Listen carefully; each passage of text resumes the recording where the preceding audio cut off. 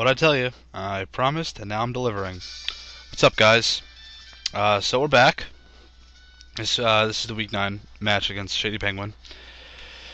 This is an inter-conference match. Not only that, but it's probably one of the best matches I've had so far in the GBA, as well as one of the biggest matches. This match determined whether or not the San Jose Sharpedos were going to be eliminated from playoff contention. Now, already, the Sawsbucks have been eliminated. And that sucks, but we are still alive, but we can pull through. Hey, look, that's me. So here we go. This is against ShadyPenguinn, like I said. He is the owner of the Mankeys. New York Mankeys, right? So here we go. I lit off with Scissor. The threat of the flamethrower is way too obvious, so I switch out.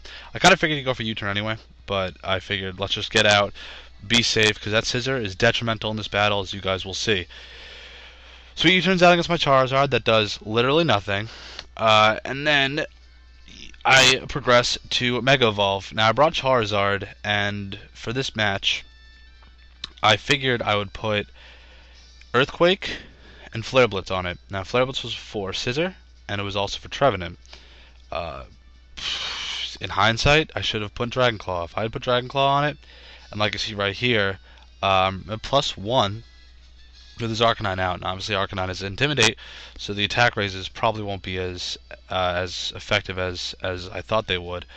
But if I had Dragon Claw and I just went for it right here, this Noivern would have been out of the way like this, and that would help as you guys see down the road in this battle.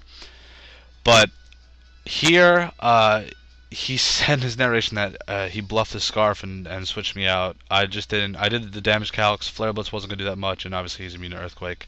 So I go to Florges. It could take any special hit, even a U-turn, because if he's a standard Noivern, it's max special attack investment with speed and maybe 4 EVs into attack. So I'm not exactly worried. Goes into Scissor. This is Mega Scissor. I knew this thing was a threat. I didn't predict Scissor to come in. I actually predicted Arcanine to come in. So I switch out because I didn't want to take a Bullet Punch. I wasn't about to take a U-turn or... Yeah, he goes for knockoff, as you see. And this Mandibuzz can take any hit from this Scissor easily. So I go for Foul Play, and this does a lot. He was not expecting it to do that much, but when you have something like Mega Scissor that has such a large attack stat, you know, getting damage off is great. I do it again here, as you'll see in about a turn. He thought I was going to switch out, going into something like Charizard, but I roost up because I did the calcs. An Ice Crash does, I think, between like 85 and 63% to a max defense Mandibuzz, and he goes for it, and I figured, okay, I want to get damage off in this Mamoswine really badly, so I'm like, screw it, let's just go for Foul Play and see how much it does. And that damage was important. Racking that up with Life Orb damage means he can't really do a lot to me for very much longer. So I predicted I didn't want Mandibuzz to die right then and there, so I go into Scissor, and I figure this is going to do damage, and I won't be able to get, you know, that back because this ends up being a Choice Band Scissor. And then he goes for shot. I go for the Pursuit. I get him. I Pursuit Trap him. He did not think that I would have Pursuit. So far, I think in every match I've had, I've been showing a bulky Scissor or Scissor with Swords Dance. He thought I'd have Swords Dance. That is not the case. I kill him with the Pursuit. And that was the first play that really started to get me hype about this battle. Like this could be a good battle, guys. Like if I start playing, if I play well, this could be a great battle. At least for the Sharpedos. So goes in Arcanine, gets the Intimidate. Obviously, he thought I would go for a Dragon Dance, and he goes into Trevenant, and he goes for the Leech Seed. Now this part, I'm just gonna tell you guys now, is just a one big stally, stupid, pointless part. If I had Dragon Claw, this part would be much different because going between Earthquake and Flare Blitz, I mean between Trevenant and Arcanine, it's just a prediction fest and an intimidation fest. And if I just had Dragon Claw over Flare Blitz, now I think about it, having Flare Blitz wouldn't have done anything because I have Pokemon to handle with Hydreigon and Scissor. I had Pokemon to handle Trevenant and Scissor. But regardless, this part is just Trevenant leech seeding me, then him switching out between Arcanine to get the Intimidates, and his Trevenant to get leech seed. Now this I didn't predict this, but I went for Earthquake, figuring he'd go back into Arcanine, and I don't understand why he did that, but that is a lot of damage, guys. I figure that I'm either neutral or at +1, but that was a lot of damage. And he didn't really like that, but again, there were better switches than that, especially like for Noivern or even for Arcanine. And here I do it again, and I was expecting to get a lot of damage, but you know, there's the crit. It was happening. It was going to happen eventually on one of us because this battle's been so clean. Why haven't there been any crits yet? So I crit him. I don't feel bad. You know, I've gotten critted before. I go for Roost because Leechy's starting to rack up. So at this point, I think what he was thinking was he has to go into Claudia and attempt to get the sweep, because if he doesn't, it's just gonna. This is starting to turn poorly. So I go for Earthquake again. He predicts that, goes into Noivern. Obviously, this Noivern scares me out. It's faster than almost my entire team, and you know I gotta preserve Charizard. I really don't, but regardless. He goes for U-turn again to get that switch advantage, and I know he's going right into Scissor. And this didn't. Oh, there's a crit on his part, but it's a U-turn on a fairy type, so there you go. So I know he's going to Scissor. It's an obvious thing. At this point, sorry about that, guys. At this point, I figured I need to sack something. Nothing wants to take anything from this Scissor, and Mandibuzz obviously is going to get hurt by rocks. So I said, you know what, screw it. Go Mandibuzz. Just die to whatever he's going to do, whether it was a knockoff or a U-turn or whatever. And I guess save switch in. I went to Charizard. I think it was just to threaten him out, because obviously he's afraid of the Flare Blitz. And he goes to Noivern, and this was just to get safe Roost off, just get some HP back.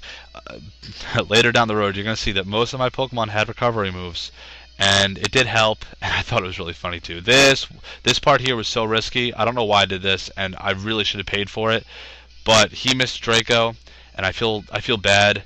Except in the bigger picture, Charizard went 0-0 in this match, and if it died, it just would have been another death for Charizard. This thing wasn't going to do anything against this Noivern. It wasn't going to do anything against his team really, because I couldn't set up because of Arcanine, and I can't do anything against his team because of that Noivern. Because unless I have 2 Dragon Dances, I won't be fast enough to outspeed it. So I go into I double switch. And I go into Florges, then I go into Scissor. And then this was a good part too, because he uses the Intimidate on Florges, and then I figure, okay, big play right here, big play, let's go for it. And I go for the Superpower, I knock the Arcanine out, and I'm like, that is 2 down that I really need to kill. And then I go for Superpower again, I'm like, I don't need Scissor anymore, let's just do it. And I go for it, I go for Superpower again. I didn't think I would outspeed him, but I was like, you know what, this thing needs to die too. And I outspeed him. Well, in his narration, he said that I outspeed Mega Scissor with a max investment Scissor by 1 point. Another good play. I gotta say, those 2 plays right there really got me hyped for this battle.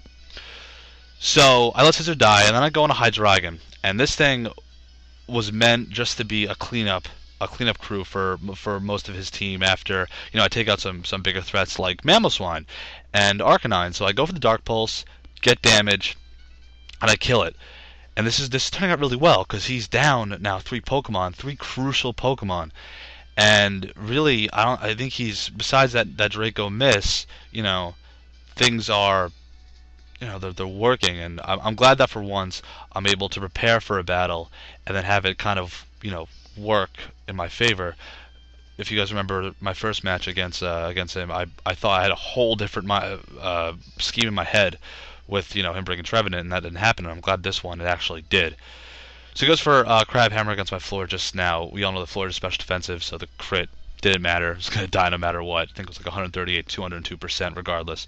So I go for the obvious play here. I figured he'd leave Claudia in, try and go for a knockoff or an Aqua Jet to get damage. But I go for T-Bolt, and I could have just went for Ice Beam here. I think it would have killed regardless, because the Trevenant just has low special defense, even if it is max invested. And, you know, he Leech Seeds. And I'm okay with this, I think, because, you know, I could just roost it off, see? I have recovery on almost all my Pokemon. I have it on Charizard X, I had it on Hydreigon, Florges, and he predicted me to go for a Dark Pulse here, or something, so he rested very prematurely on the prediction, and, you know, props for the prediction, but it didn't really pan out. And I think I have recover on Starmie, too.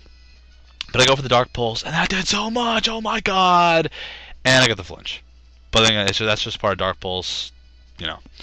So he didn't want to see the roost, and it's so unfortunate. But you know, I go for it again, and I don't know what he would have done. I think he would have went for Will-O-Wisp just to rack up some more damage. But again, I have roost, and I would have been able to just, you know, get that back with a roost. Nothing else he could have did. So then he goes into Noivern, and he U-turns, and I'm like, oh, this should kill. Oh, wait, it doesn't. And it doesn't. And this is when I figure whatever's coming in is taking a Life Orb Dark Pulse. And I go for it. I'm like, oh, please kill. Please kill this. Come on, just kill this for me. Just one time. One time. Fuck, he lives on 1. I saw this in his narration. He lived on 1 HP. And I couldn't help but be like, damn. But that's okay, though, because when you look at it in the bigger picture, his Claudia now is... it's dead. Like, it can't... you know, I bring in Starmie. Obviously, this thing is faster unless he goes for Aqua Jet, like he does right here. And this only does, you know, 30 some odd damage. I go for Ice Beam, thinking... I was trying to guess, you know, go for that play where if he went to Noivern for some reason, thinking he could use this for later, then I could have, you know, hit the Noivern. And we're coming up to the end, guys. Here I'm like, oh, that's it, I lost. Oh, wait, I outspeed. Well, it seems that he brought his modest Noivern. So, this Noivern, man, just... bad. Like, I can't believe that. Modest Noivern and missing the Draco. Man, I feel bad for that. But that was the battle. So the Sharpedos are not out of it. Now, that means in week 10, we have to win against the Sawsbucks, which is very feasible, and then the Mankeys have to lose to the Kings. And I'm hoping that to happen, because if this, after the season I've had with the ups and downs, I would love to make the playoffs. And I think that's very possible. But we got to see for next week. I got to prep and be ready. So I'll see you guys then. Actually, I'll upload this week too. Thanks for watching. Peace out, guys. Go Sharpedos. Let's go. Playoff run starts now.